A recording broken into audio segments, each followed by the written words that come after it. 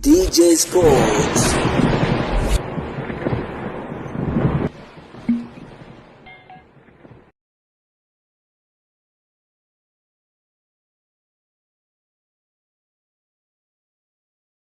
Bwana, klabu ya soka ya Simba imemuuza mchezaji wake Anicet Oura kunako klabu ya soka ya Bursaspor ya Uturuki kwa ofa ya dola milioni 1 sawa na bilioni 2.6 za Kitanzania. Moja kati ya ripoti kubwa kwa hivi sasa ikiwa inaendelea kupamba kasi.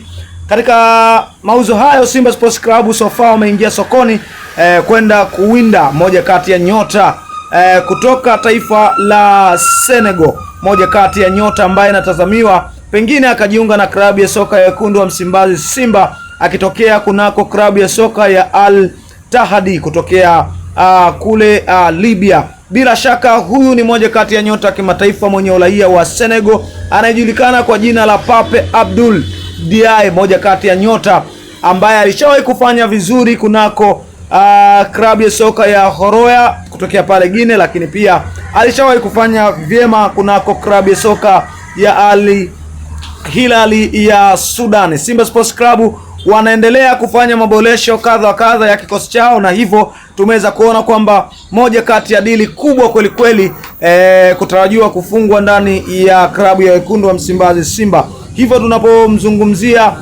Pape Abdoul Diaye ni moja kati ya wachezaji ambao sofa wamekuwa ni bora zaidi, huku dau lake linadaiwa ya kwamba ni